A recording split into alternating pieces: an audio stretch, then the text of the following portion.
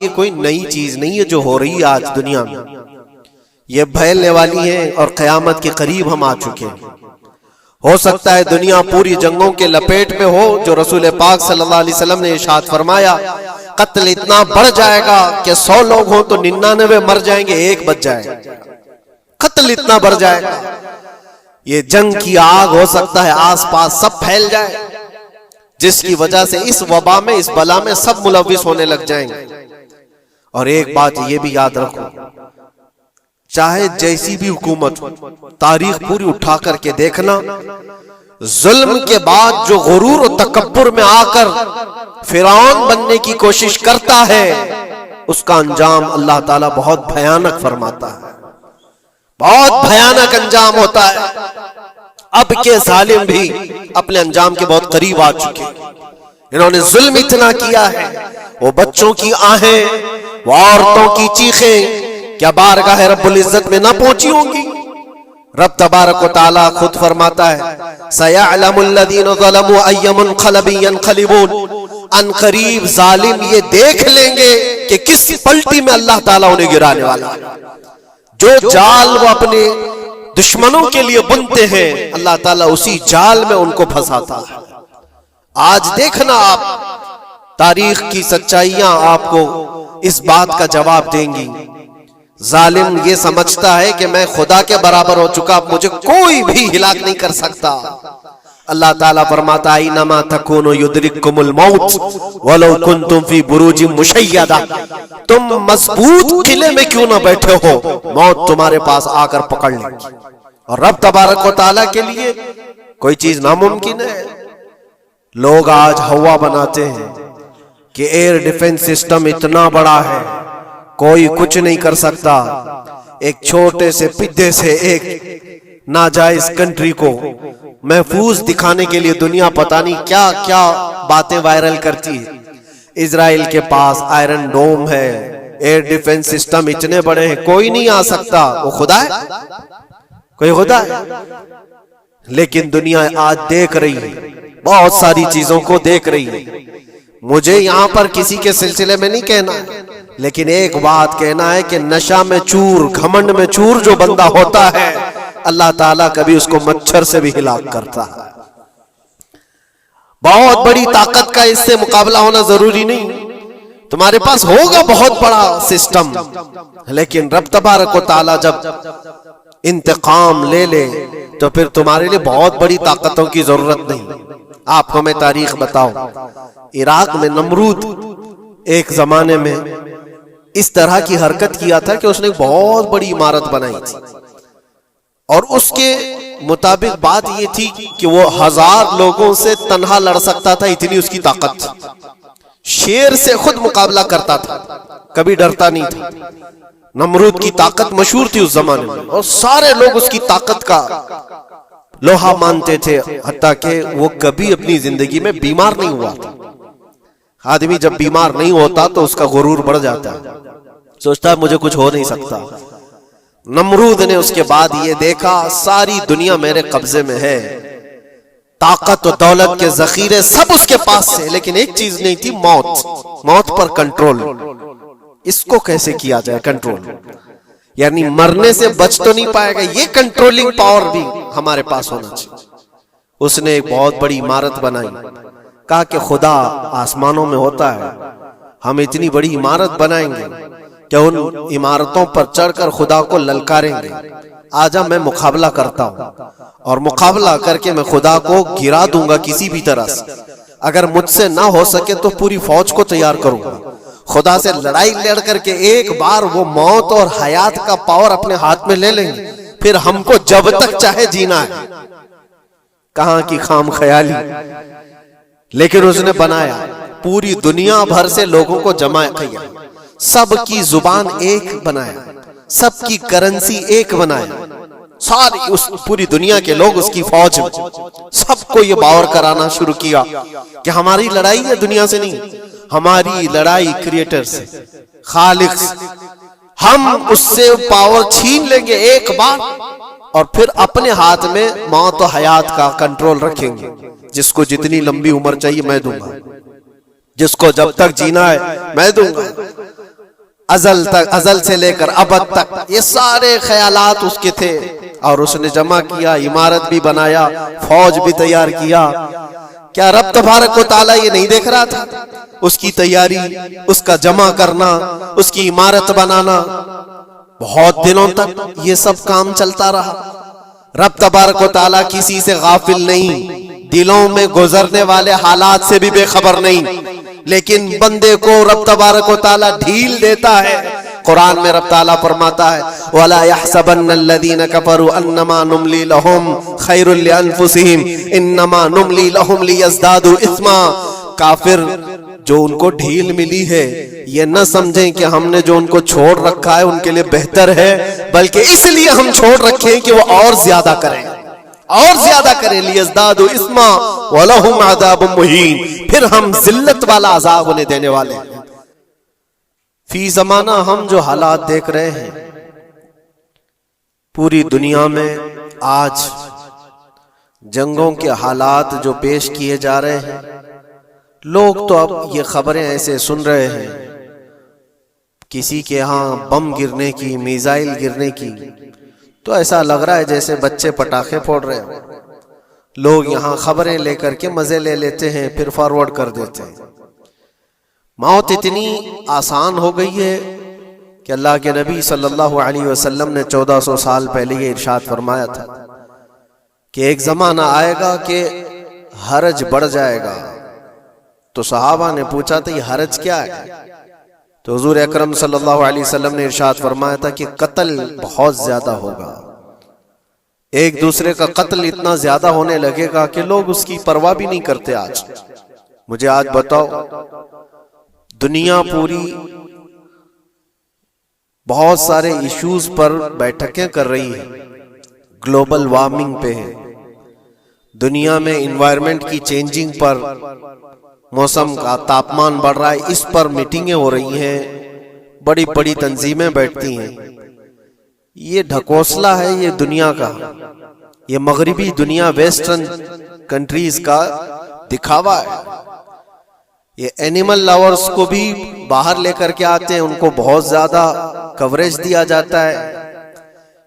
ये कुत्ते से प्यार करने वाला है, ये मुर्गी से प्यार करने वाला है। जालिमों, 40,000 नहीं 50,000 लोगों को फिलिस्तीन में तुमने ना हक मार दिया, उस पर कोई बैठक नहीं करते। मौत इतनी आसान है इंसानों की।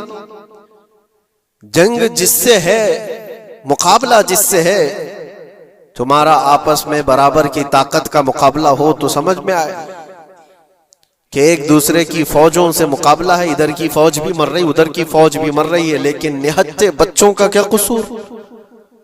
बल्कि वो गोद में आए हुए अभी जिन्होंने शऊर की आंखें भी नहीं खोली, दूध पीते बच्चों के जो कत्ल हुए हैं।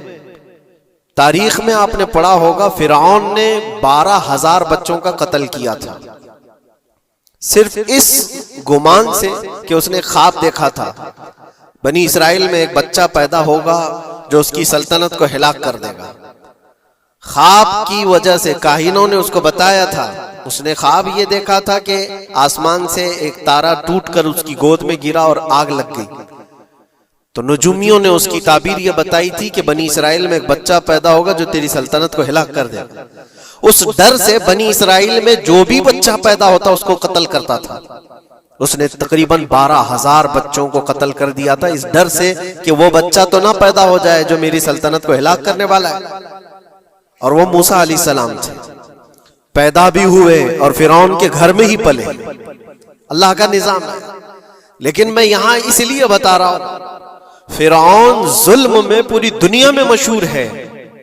वह औरतों को भी जालिम इस तरह से मारा है कि जिसकी तारीख में मिसाल नहीं मिलती। लेकिन मैंने अपनी जिंदगी में देखा, आज के जमाने में इजराइल नाम से एक नाजायज हुकूमत पर काबिज शख्स ने 12,000 नहीं 50,000 लोगों को साल भर में कत्ल कर दिया।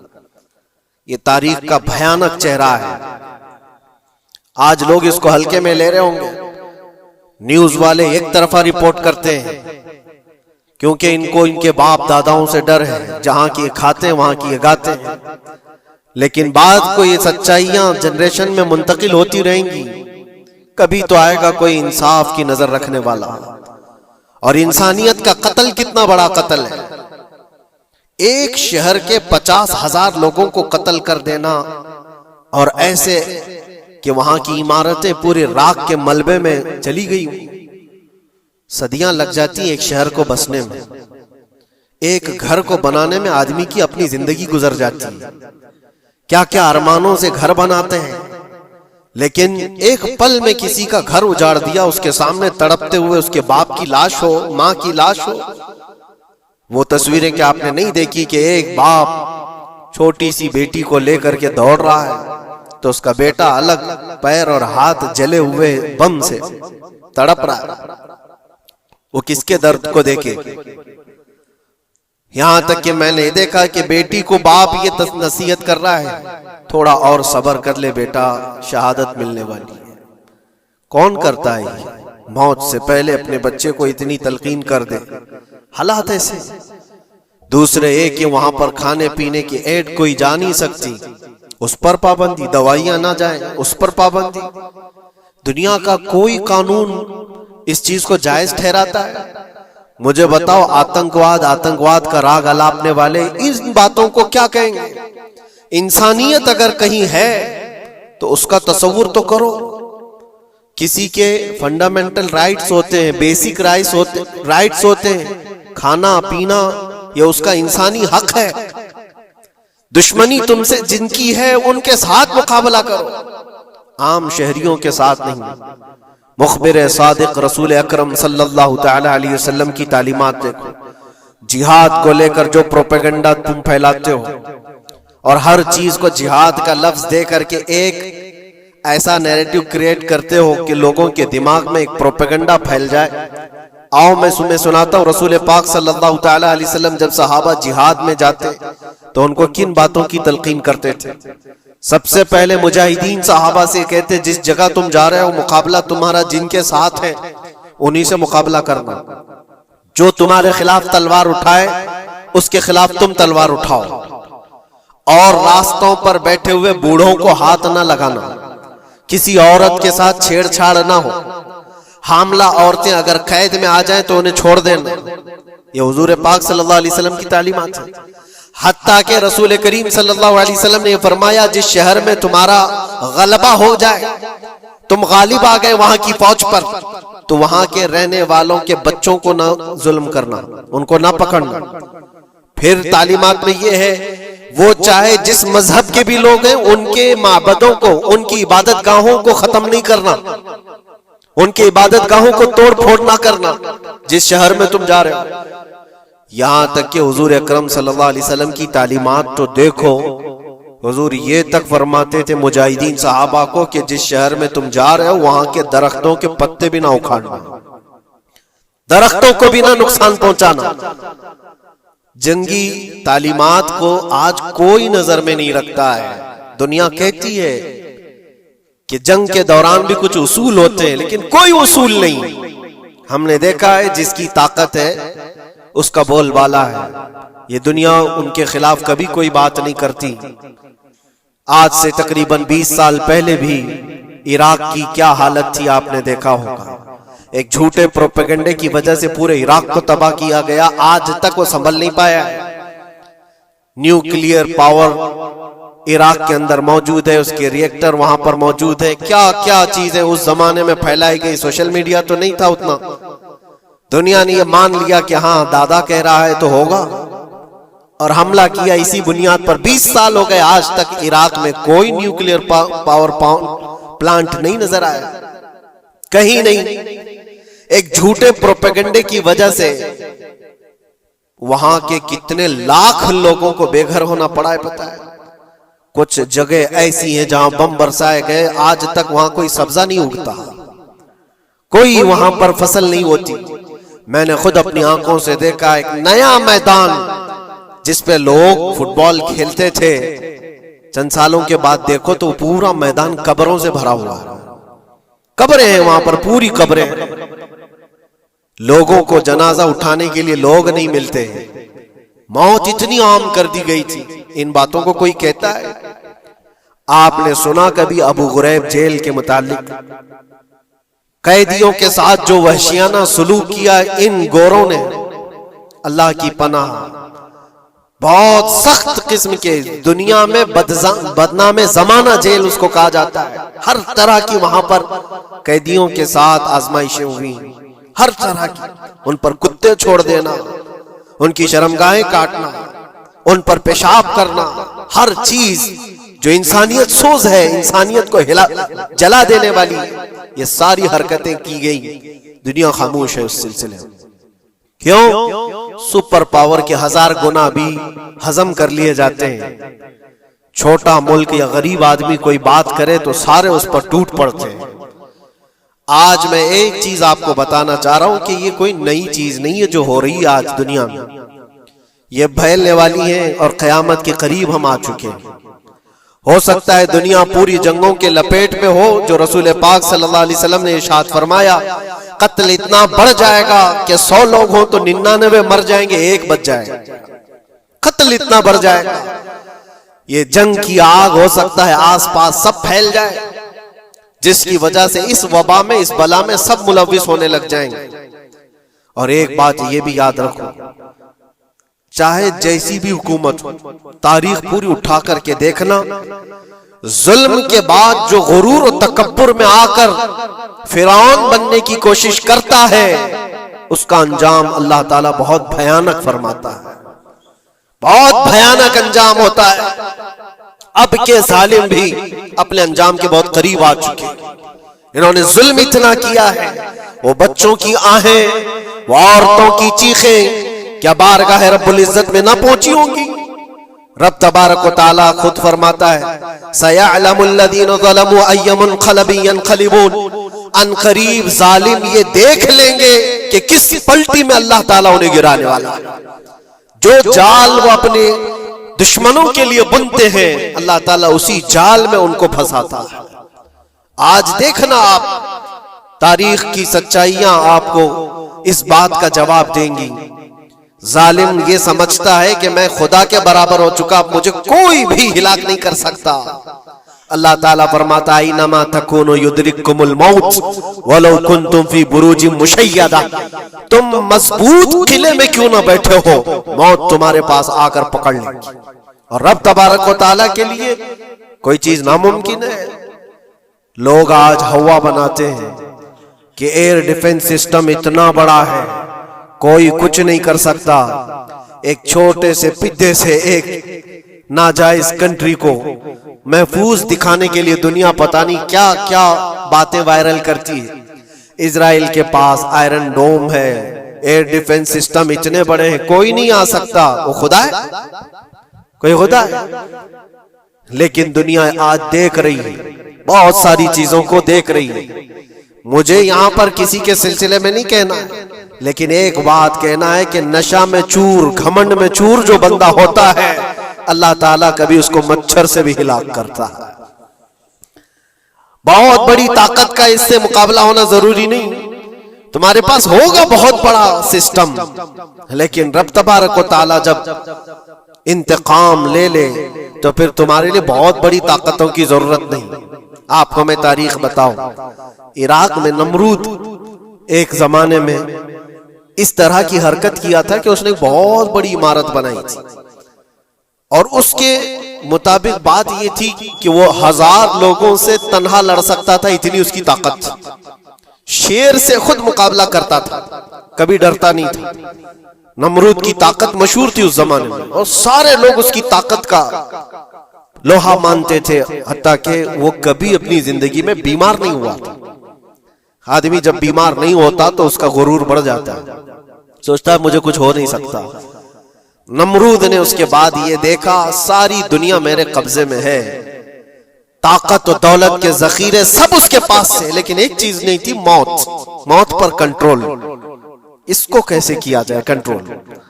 यानी मरने से बच तो नहीं पाएगा, ये कंट्रोलिंग पावर भी हमारे पास होना चाहिए।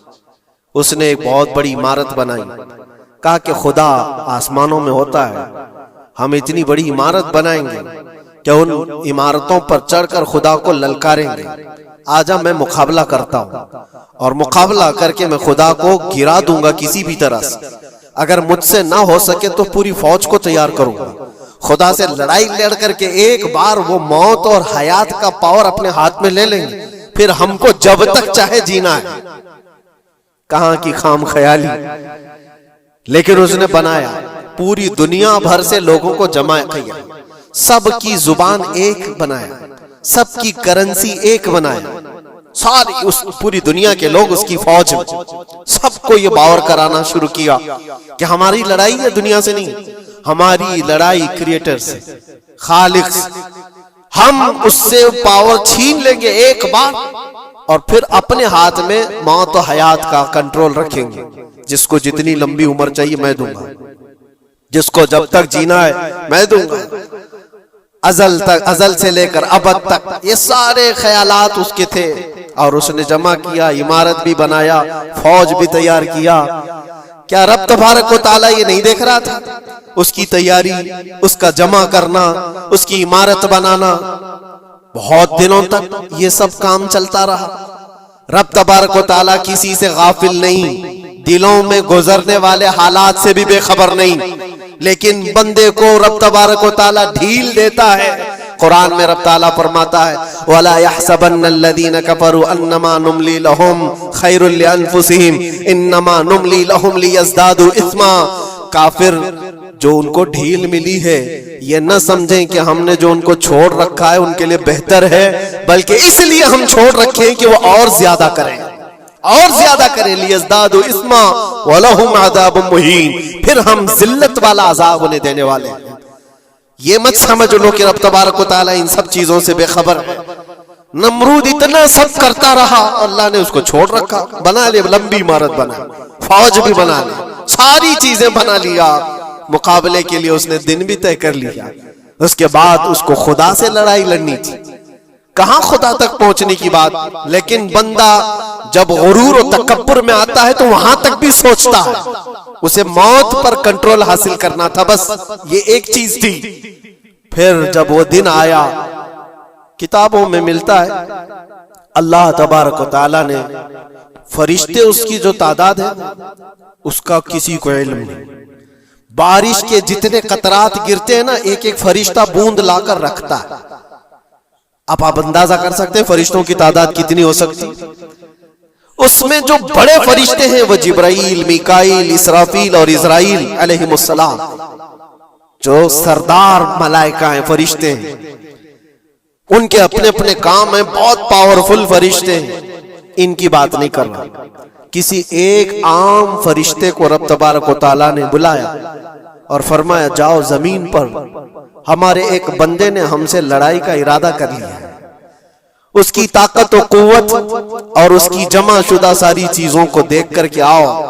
वो फरिश्ता जमीन पर आया, जिस जगह पर उसने ये सब जमा किया था। फरिश्ता उतरकर सिर्फ अपने पैर हिलाया था, पूरी इमारत भस्म हो गई। कुछ नहीं किया था, उसकी बनाई हुई इमारत भस्म हो गई। जितनी फौज जमा किया था सब कीड़े मकोड़ों की तरह मर गए और सबकी जुबानें मुख्तलिफ हो गई, कोई एक दूसरे को पहचान नहीं पा रहा। ये मिनटों की भी बात नहीं थी, सेकंडों की बात थी। फरिश्ता वापस चला गया, नमरूद का जवाल हो गया, खत्म हो गया। ये तारीख की एक बात है और ये रिवायत हम अपनी किताबों में नहीं रखते, ये रिवायत यहूदियों की किताबों से ही है। यहूदी इस बात को यकीन करते हैं और इसी वजह से इस बात पर वो दोबारा अमल करने के लिए फिर कोशिश में है। न्यू वर्ल्ड ऑर्डर जो कहा जाता है, पूरी दुनिया को इकट्ठा करना, एक करेंसी बनाना, एक लैंग्वेज पर लाना और सबको मिलाकर के एक ताकत हासिल करना, स्पेस पर जाना और फिर वही चीजें दोहरानी जा रही है दुनिया। वही चीज एक दोबारा बार ट्राई करना है, जिसके लिए आपको पता है ये छोटी सी कौम पूरी दुनिया पर कंट्रोल हासिल करने के कैसे कैसे ख्वाब देखती। अगर आप जाएं, इस्लाम दुश्मनी तो इनकी पुरानी है, लेकिन ये जो 50,000 लोगों का कत्ल है, ये सिर्फ और सिर्फ उनके अपने एक छोटे मकसद के लिए। हो सकता है बहुत सारी बातें, गजा पट्टी एक ही इलाका बचा हुआ है फिलिस्तीन का, बाकी सब तो ये कब्जा कर चुके 1947 के बाद, 48 के बाद। छोटा सा हिस्सा जो बाकी गजा पट्टी जिसकी 20 लाख की आबादी, उस इलाके पर इतनी ज्यादा क्यों क्रूरता है? क्यों? बाकी सब जगह पर और भी दीगर जगह पर, यरूशलेम में, वेस्ट बैंक में, कई जगहों पर मुसलमान आबाद है। ये गजा के लिए क्यों इस कदर सख्तियां हैं? दुनिया को बताने के लिए तो ये एक आतंकवाद जमात है हमास, जिसका मुकाबला करने के लिए हम ये हमले कर रहे हैं। लेकिन आज तक ये दुनिया को बता नहीं सके कितने हमासियों को कत्ल किया, कितने हमास के लोग पकड़े गए, कितनों को मारा गया। चंद होंगे, लेकिन उसके बदले में जो भारी कीमत चुकाई हो गजा के निहत्थे लोगों ने, 50,000 लोगों का कत्ल, ये तो रिकॉर्ड पे दिख रहा है। बाकी अल्लाह वाला, बाकी कितने हैं जिनकी तादाद मिल ना सकी हो। बाज दानिश्वरों ने यह भी बताया उसको सिर्फ और सिर्फ एक कैनल बनाना है जो दुनिया की ट्रेडिंग पर कब्जा हासिल करने के लिए। जो सुएज कैनाल है इजिप्ट का, जिससे मेडिटेरेनियन सी से लेकर के गुजरते हैं, 2 समंदरों को जोड़ने के लिए एक कैनल है मिस्र में, इजिप्ट में, जहां से इजिप्ट हर गुजरने वाले जहाज से टैक्स लेता है, हर गुजरने वाले जहाज से एक भारी कीमत लेता है, जिससे ट्रेडिंग पर असर भी रहता है। और जब वो चाहे बंद करे, 2 मरतबा उसने बंद भी किया था तारीख में 1950 के बाद। और ये ख्वाब देखता है इजराइल कि हम अपनी ही जगह से एक कैनल बना लें तकरीबन 300 किलोमीटर, जिसके लिए उसको गजा हासिल करना बहुत जरूरी है। ये बाज लोगों की अपनी तहकीक है। तो क्या कोई अपने मफाद का हासिल करने के लिए 50,000 लोगों का कत्ल कर सकता है? दुनिया को यह भयानक चेहरा भी तो मालूम होना चाहिए। अगर उनको कोई रास्ता बनाना है तो उसके लिए इंसानियत का कत्ल करना। मैं आपको एक बात अर्ज किए देता हूं, कुरान पाक ने जो फरमाया वह हक है, 100% हक है। अल्लाह ने फरमाया, मैंने खुतबे के बाद जो आयत पढ़ी, वो दुरिबत अलैहिमुल ज़िल्लतु वल मस्कनत, अल्लाह फरमाता है उन पर जिल्लत और गुर्बत लिख दी गई। किस पर? यहूदियों के मुताबिक। वबाउ बिग़ज़बिन मिन अल्लाह, और अल्लाह के गज़ब में रहेंगे वो हमेशा। आप सूरह फातिहा में पढ़ते हैं ना, गैरिल मग़दूबि अलैहिम वलद्दालिन। मग़दूब का मतलब क्या है? जिन पर अल्लाह का गज़ब हुआ, और वो यहूद कौम है। कुरान पाक की मैं आपको बात बता रहा हूं। और अल्लाह ताला फरमाता है वजह क्या है? ज़ालिका बिअन्नहुम कानू यकफुरून बिआयातिल्लाह, वह इसलिए कि अल्लाह की निशानियों को ठुकराते हैं। व यक़्तुलून नबिय्यीन बिग़ैरि हक़, और अल्लाह के नबियों को ना हक कत्ल करते हैं। अब दुनिया को यह अफसोस हो रहा होगा, जैसे मैंने अभी बताया 50,000 लोगों का कत्ल वहां कर दिया। ईरान में घुस गया, शाम में घुस गया, लेबनान में घुस गया, हर जगह मार मार मार और लोगों का कत्ल। मेरे अजीजों, ये तो आम लोगों का कत्ल है। और कुरान ये कहता है ये वो कौम है जो अल्लाह के नबियों को कत्ल करती थी। और तारीख में है तकरीबन 10,000 नबियों को इन्होंने कत्ल किया है। 10,000 नबियों को इन्होंने कत्ल किया है, सिर्फ अपनी मनमानी बात न पाए जाने की वजह से। हजरत ज़करिया अलैहिस्सलाम की बात मालूम है? ये तो बैतुल मुक़द्दस के मुतवल्ली थे। ज़करिया अलैहिस्सलाम बैतुल मुक़द्दस के इमाम थे, जिनका जिक्र है कुरान पाक में। हजरत ज़करिया अलैहिस्सलाम के पीछे यही कौम जो उनकी उम्मत में थी, यहूदियों के लिए भी वो मुक़द्दस नबी थे।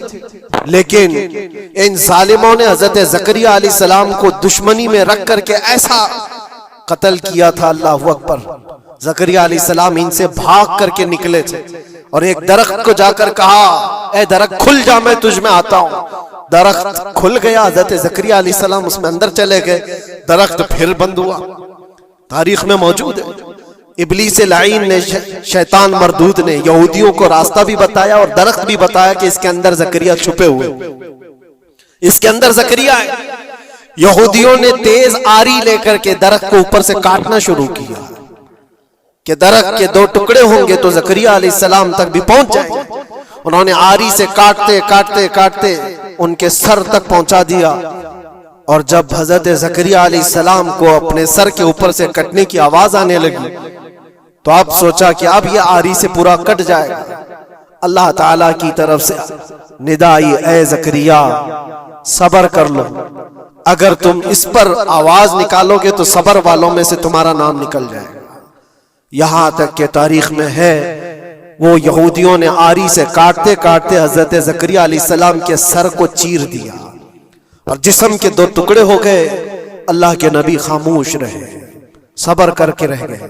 उनके बेटे यहया अलैहिस्सलाम ने यहूदियों के एक गवर्नर या बादशाह को यह कहा था कि एक निकाह में दो बहनों को रखना जायज नहीं।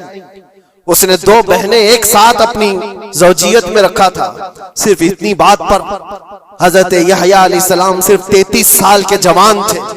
उस यहूदी जालिम ने यहया अलैहिस्सलाम के सर को काट करके बर्तन में लाकर नाश्ते में रखा था। अल्लाह के नबी की बात कर रहा हूं, अल्लाह के नबी के सर को काट कर तश्त पे रखा था। लेकिन तारीख की सच्चाइयां बताती हैं कि वो कटे हुए सर से यहया अलैहिस्सलाम बोलते थे, ए जालिम अब भी मैं कहता हूं एक निकाह में दो बहनों को रखना हराम है, हराम है।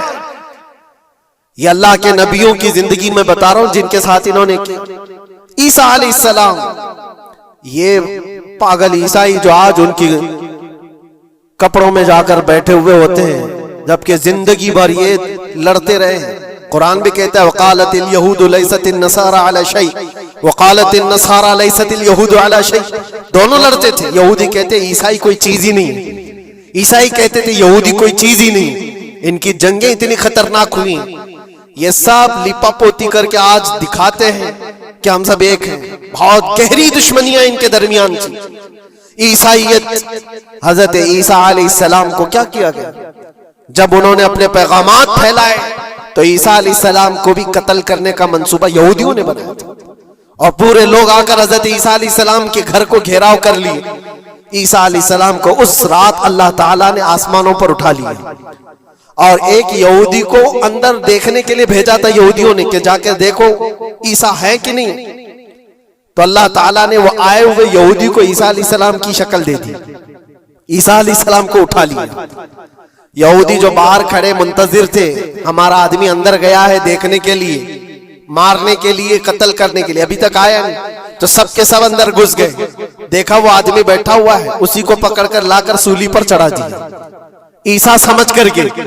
लेकिन इत्तेफाक ये है कि उसको पूरी शक्ल नहीं दी गई थी।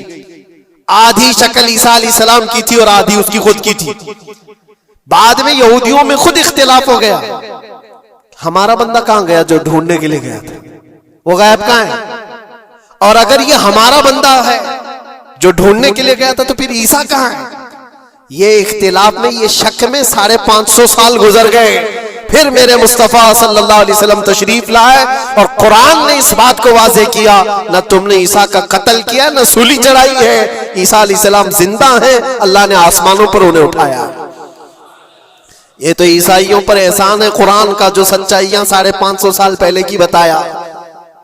मेरे अजीजों, ये तारीख में आपको बता रहा हूं, नबियों का कत्ल करने वाली कौम, उनके सामने आम इंसान क्या माने रखते हैं।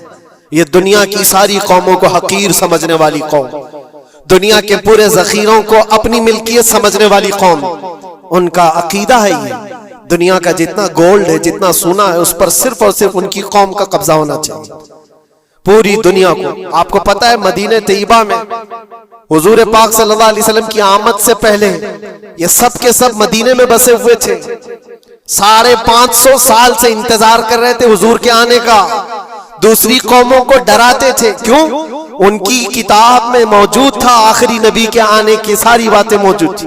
आखिरी नबी आएंगे, उनके मानने वालों का गलबा होगा, वो अपने नूरे नबुव्वत से लोगों के दिलों को पाक करेंगे। उनकी शक्ल भी बताई गई थी तौरात में, उनके आने की जगह भी बताई गई थी। पूरे हिजाज में खजूरों का झुंड एक इलाका होगा जहां ये नबी आएंगे और वो मदीने के अलावा कोई जगह ही नहीं थी। यहूदी ये सब चीजें देखकर हुजूर के आने से 550 साल पहले से इंतजार में थे, वो नबी यही आएंगे, यही आएंगे। और दूसरी कौमों को डराते थे हमसे मत उलझना, आखिरी नबी आने वाले हमारे, और उस नबी के आने के बाद फिर हम चुन चुन कर तुमसे बदला लेंगे।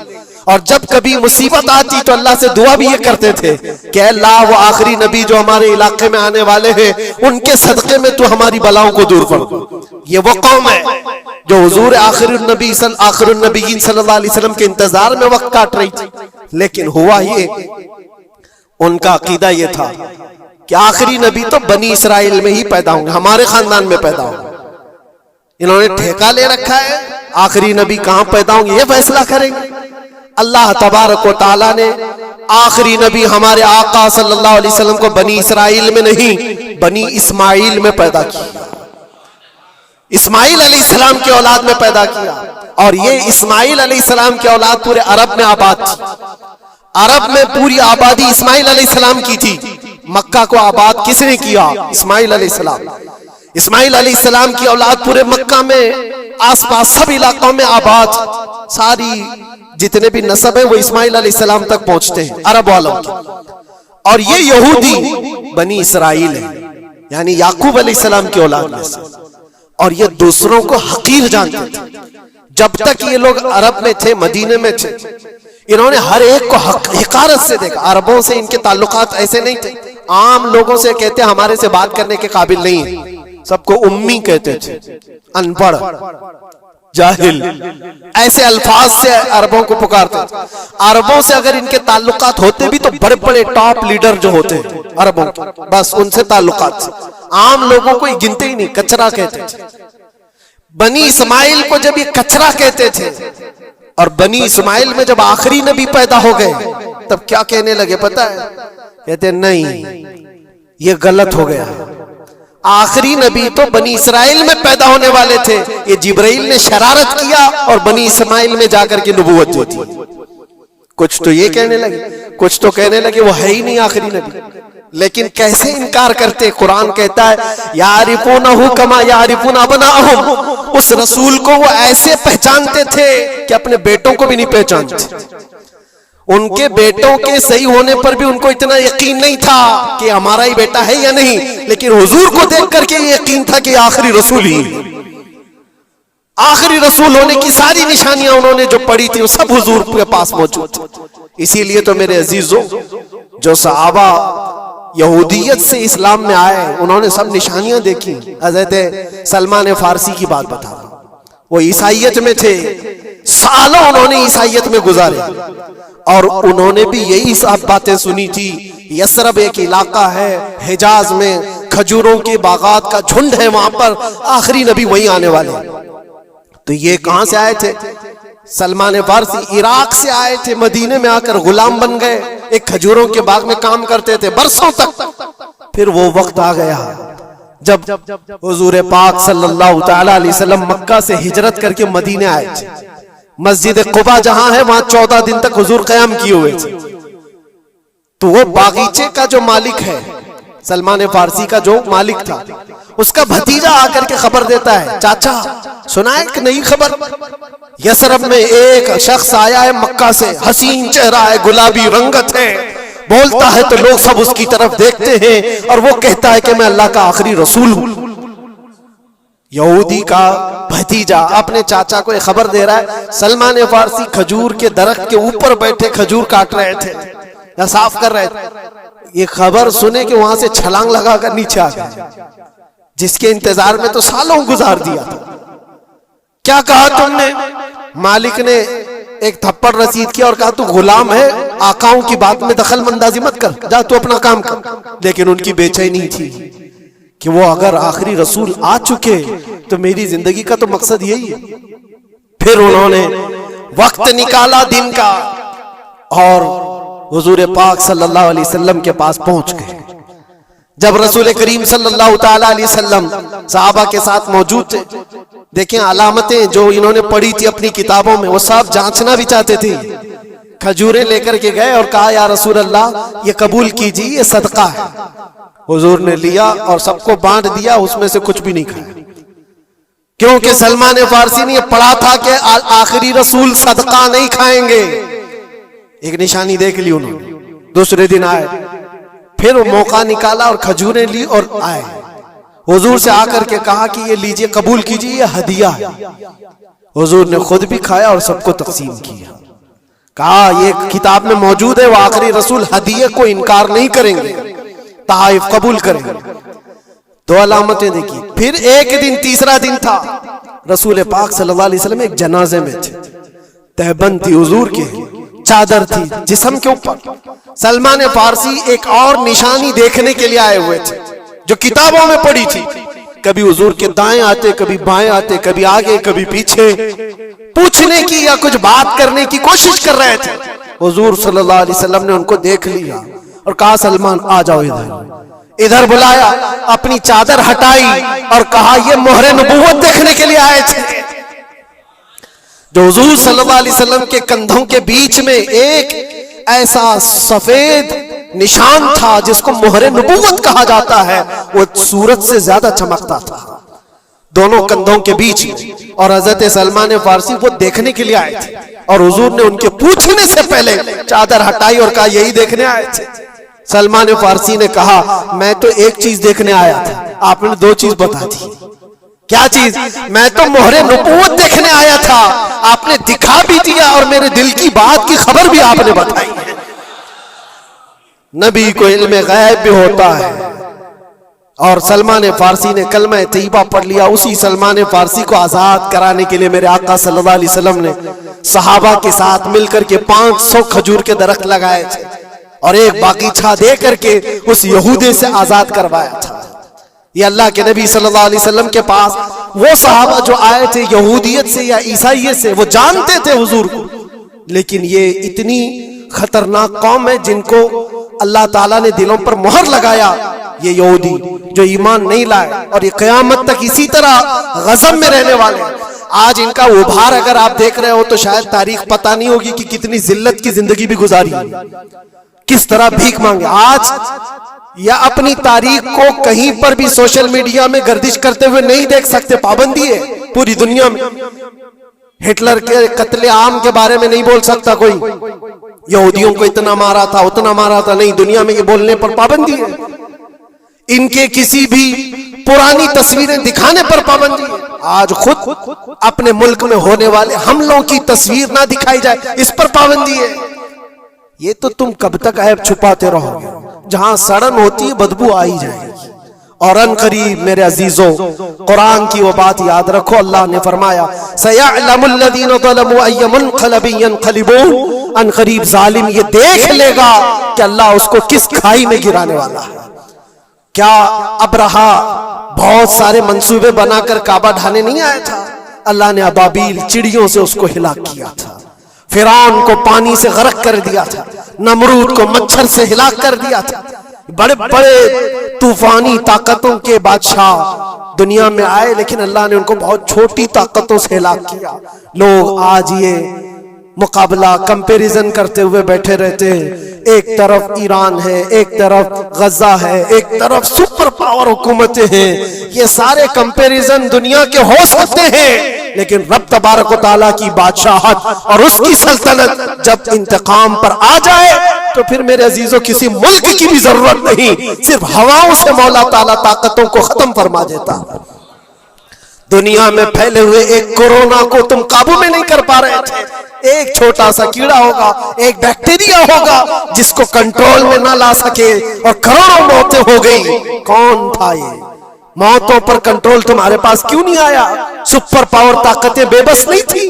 2 साल पहले नहीं देखा आपने? और रब तबारक व तआला जब चाहे तो ये पकड़ जालिमों के साथ फरमाएगा। आज के दौर में दुआएं भी ये करो और अंजाम का इंतजार भी करो। ये तुम्हारा भी इम्तिहान है मेरे अजीजों। जो आग पड़ोस में लगी है उसकी चिंगारियां तुम्हारे घर को भी जला सकती हैं। अपने बुरे आमाल से तौबा करो, अल्लाह के गजब से डरो कि उसकी पकड़ ना आए। अल्लाह तबारक व तआला कहने सुनने से ज्यादा अमल की तौफीक अता फरमाए।